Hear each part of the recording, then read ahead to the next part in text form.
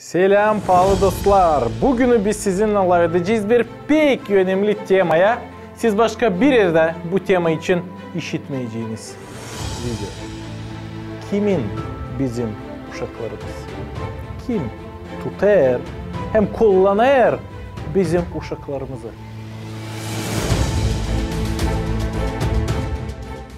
Nereden gelir bizim uşaklarımızın fikrine ideyalar, hem işler hem yaşamak stili? Benim var 2 kızım, küçük uşaklar.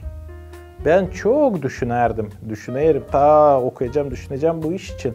Zira pek önemli, hani uşaklar doğru büyüsünler deydi, anlama kimin bizim uşaklarımız. İlk, bana kalsa bizim uşaklarımız devletin. Ta küçük yaştan uşaklar giderler uşak başçasına, kreşe, sonra şkolaya giderler, sonra üniversitede. Da her de bu yerlerde var programa, hangisine göre uşaklar öğrenirler. Da bu programda var öyle işler, hangileri öğrenirler. Uşakları olma, öyle nice devlet ister onlar olsunlar. Devlet sistemasına göre yaşasınlar deydi. Devlet verir onlara bu ideyaları küçük yaştan. Şimdi her biri bana kalsa kaylani uşakların bir parçası devlet. İkinci, bizim uşaklar kültüranın hem adetlerin her kere açan bir yoğurtuda pay alırız. Ya da laf ederiz ileriki işler için biz veririz bizim uşaklarımıza ileriki kültüranın hem adetlerin bir parçasını. Bundan başka 3. iş, yok nice görmeme, hani hepsi uşaklar şimdi dünyada internetin uşakları. Bir dünya global sistemanın uşakları. Her birinde cebinde var bir küçük kompüter bilgisayar.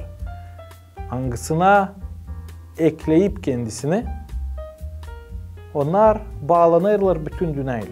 Bakarlar foto, okuyarlar tekst, video bakarlar, seyrederler. Başkasından konuşarlar. Da internet uşakları olarak analar babalar sıkça kaybederler bu bağlantıyı, bu kontaktı kendi uşaklarından.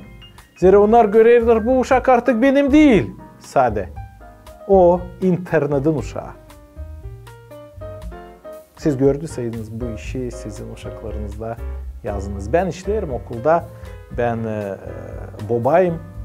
Hem uşaklarla yaparım klublar. Da ben görüyorum hani uşaklar değil sadece devletin, değil sadece kültüranın ama onlar internetin uşakları. Dilçok'tan ben gittim bir Gaguz köyüne. İlk yaz böyle ıslah hava, sıcak. Köyde, sokakta bir de uşak görmedim. Nerede uşaklar düşündüm. Sonra girdik misafirle bir ev içine de gördüm. Hani o ev içinde var 4 uşak. 8 yaşından 13 yaşına kadar. Hepsi otururlar. Telefonlarla ellerinde. Nerede onlar? Bulunurlar. İnternet uşakları. Ta bir iş pek önemli biz anlayalım. Hani uşaklar halis lazım olsunlar. Değil. Sadece devletin, sadece kültüranın hem sadece internetin. Ama uşaklar lazım olsunlar kendi ananın hem babanın uşakları. Değil zira onlar onları doğdurdular sadece. Ama zira ana hem baba verirler fikir, verirler bilgi hem öğretirler bu uşağı halis yaşamaya. Şimdi sevgili dostum sen ana baba olarak sen mi öğretirsin kendi uşağını nice yaşama, nice götürmeye kendine? Oysa onu devlet mi sadece öğretir? Oysa onu sadece internet hem telefonu mu öğretir? Bu pek önemli bir iş. Kim öğretir ki senin uşağını? Sevgili dostlar, bu kuvveti vermeyin sadece devlete hem internete hem kültüreye. Analar, babalar, yapın öyle hani sizin uşaklarınız bağlı olsunlar size de, sizi seslesinler, size inansınlar. Zira bu bağlantı koparsın. Büyük problemler olur. Hem stresler, Anaya babaya da uşağa da. Uşak olsun sizin dini, halis sizin olsun dini. Sizin uşağınız lazım vakit onunla geçirmeye, paylaşmaya, yüreğini açmaya ona, sevmeye onu halis, üretmeye onu. Var çok aileler bugünü kim işten hem okuldan eve gelip ana baba otururlar. Kompüterde ya da telefonla.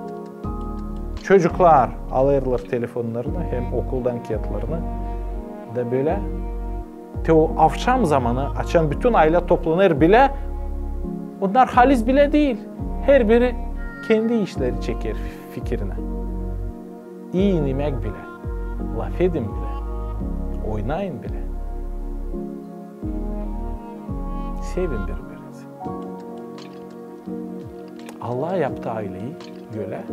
Hani uşaklar olsunlar kendi ananın hem babanın uşakları. Hem ta bitki hem önemli iş. Kimin? Bizim uşaklarımız. Onlar Allah'ın. Zira Allah yarattı insanları. Allah yarattı sizi de bu yeryüzünde. Allah yaptı öyle hani te uşacıkta olsun yaşamak.